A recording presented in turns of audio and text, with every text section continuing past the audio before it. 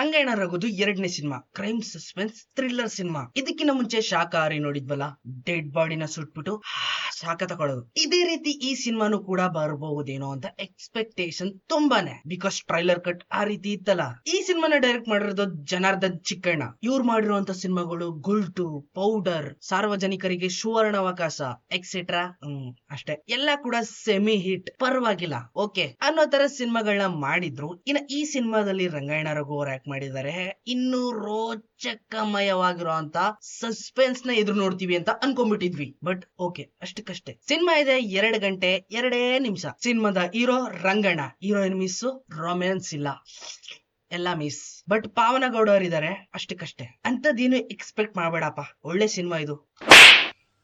ರಂಗಣ್ಣ ಇಲ್ಲಿ ಒಬ್ಬ police officer, suspenseful ಆಗಿರುವಂತ ಪೊಲೀಸ್ ಆಫೀಸರ್. 30 ವರ್ಷದಿಂದ ಕಂಪ್ಲೇಂಟೇ ಬರ್ದಿರೋಂತ ಪೊಲೀಸ್ ಸ್ಟೇಷನ್ ಅಲ್ಲಿ ವರ್ಕ್ ಮಾಡ್ತಾ ಇರ್ತಾರೆ ಆನೆಸ್ಟ್ ಆಗಿ. ಇದೇ ಗ್ಯಾಪ್ ಅಲ್ಲಿ ಮನೆಯವ್ರಿಗೆ ತಿಥಿ, ಆ ತಿಥಿಗೂ ಒಂದು ಫ್ಲಾಶ್ ಬ್ಯಾಕ್ ಇರ್ತದೆ. ಈ ತರ ಕೇಸೇ ಇಲ್ದಿರೋ ಅಂತ ಪೊಲೀಸ್ ಸ್ಟೇಷನ್ ಗೆ ಸಡನ್ ಆಗಿ ಒಂದು ಕೇಸ್ ಬರುತ್ತೆ, ಕ್ರೈಮ್. ಇದನ್ನ ಯಾರು ಮಾಡಿದಾರೆ ಅಂತ ಕಂಡುಹಿಡಿಬೇಕು. ಈಗ ರಂಗಣ್ಣ ಅವರು ಬರೀ ಒಂದೇ ಒಂದ್ ಕೇಸ್ ಬರುತ್ತೆ ಅಂದ್ರೆ ಜೊತೆಗೆ ಇನ್ನೂ ಒಂದ್ ಕೇಸ್ ಬಂದ್ಬಿಡ್ತದೆ. ಅಟ್ ದ ಟೈಮ್ ಎರಡೆರಡು, ಒಂದೇ ಕಲ್ಲಲ್ಲಿ 2 ಅಕ್ಕಿ, ಮಟಾಶ್.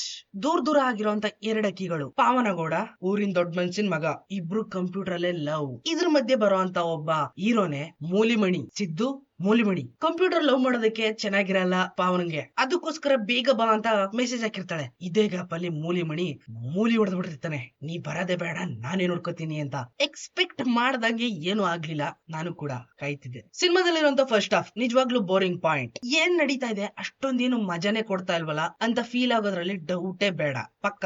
ಸೆಕೆಂಡ್ ಹಾಫ್ ಅಲ್ಲಿ ಮೂಲಿಮಣಿ ಮೂಳೆ ಹೊಡೆಯಕ್ ಹೋದಾಗ ಎಕ್ಸ್ಪೆಕ್ಟೇಷನ್ ಜಾಸ್ತಿ ಆಗುತ್ತೆ, ಅಲ್ಲಿಂದ ಕ್ಯೂರಿಯಸ್ ಜಾಸ್ತಿ ಆಗ್ತಾ ಹೋಗುತ್ತೆ.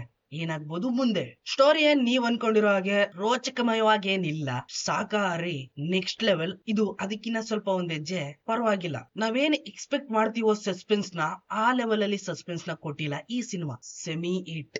ಸಿನಿಮಾದಲ್ಲಿ ರವಿಶಂಕರ್ ಗೌಡ, ಶರತ್ ಸರ್ ಇವ್ರುಗಳು ಕೂಡ ಆಕ್ಟ್ ಮಾಡಿದ್ದಾರೆ. ನ್ಯಾಚುರಲ್ ಟಾಯ್ಲೆಟ್ ಟ್ಯಾಲೆಂಟ್ ಇರುವಂತ ಆಕ್ಟರ್ಸ್ ಗಳು, ಅದು ಕೂಡ ನೇಚರ್ ಅಲ್ಲೇ ಮಾಡ್ತಾರೆ. Acting focus. ಫಸ್ಟ್ ಥಿಂಗ್ ಈ ಸಿನಿಮಾದಲ್ಲಿ ಇಷ್ಟ ಆಗಿದ್ದ ಪಾಯಿಂಟ್ ಏನಪ್ಪಾ ಅಂದ್ರೆ ಟೈಮ್ ಜಂಪ್. ಟೈಮ್ ಒಳಗಡೆ ಲೂಪ್ ನ ಕ್ರಿಯೇಟ್ ಮಾಡಿ ಸ್ಪಿನ್ ಆಫ್ ಸೀರೀಸ್ ತರ ತೋರಿಸ್ತಾರೆ. ಓಕೆ, ಈಗ ಒಂದ್ ಸೀನ್ ನಡೀತು, ಅದಕ್ಕೆ ಕಾರಣವಾಗಿರುವಂತ ಇನ್ನೊಂದ್ ಸೀನ್ ಯಾವ್ದು, ಅದಕ್ಕೆ ಕರ್ಕೊಂಡು ಹೋಗ್ತಾರೆ. ಆಮೇಲೆ ಅದಕ್ಕೆ ಕಾರಣವಾಗಿರುವಂತ ಸೀನ್ ಯಾವ್ದು, ಅದಕ್ಕೆ ಕರ್ಕೊಂಡು ಹೋಗ್ತಾರೆ. ಒಂದೊಂದಾಗಿ ಚೈನ್ ಲಿಂಕ್ ತರ ಲಿಂಕ್ ಮಾಡ್ಕೊಂಡ್ ಬರ್ತಾರೆ. ಪರ್ಫೆಕ್ಟ್ ಆಗಿತ್ತು ಸ್ಕ್ರೀನ್ ಪ್ಲೇ. ಕೊನೆ ಕ್ಲೈಮ್ಯಾಕ್ಸ್ ಅಲ್ಲಿ ಆಗಿರುವಂತ 2 ಮರ್ಡರ್ಗೆ ಕೊಲೆಗಾರ ಯಾರು ಸಿಕ್ಕದ್ನ, ಆಗಿದ್ರೆ ಹಿಂದೆ ನಡೆದಿರುವಂತ 30 ವರ್ಷದ ಕತೆ, ಇವೆಲ್ಲ ಏನು ಅನ್ನೋದನ್ನ ಕಂಪ್ಲೀಟ್ ಆಗಿ ಬಗೆಹರಿಸ್ತಾರೆ. ಇಷ್ಟೇನಾ, ಆಯ್ತು ಇರ್ಲಿ ಬಿಡಿ ಅನ್ಕೊಂಡು ಎದ್ ಬರ್ಬೋದು. ಆ ಲೆವೆಲ್ ಅಲ್ಲಿ ಇದೆ ಸಿನಿಮಾ.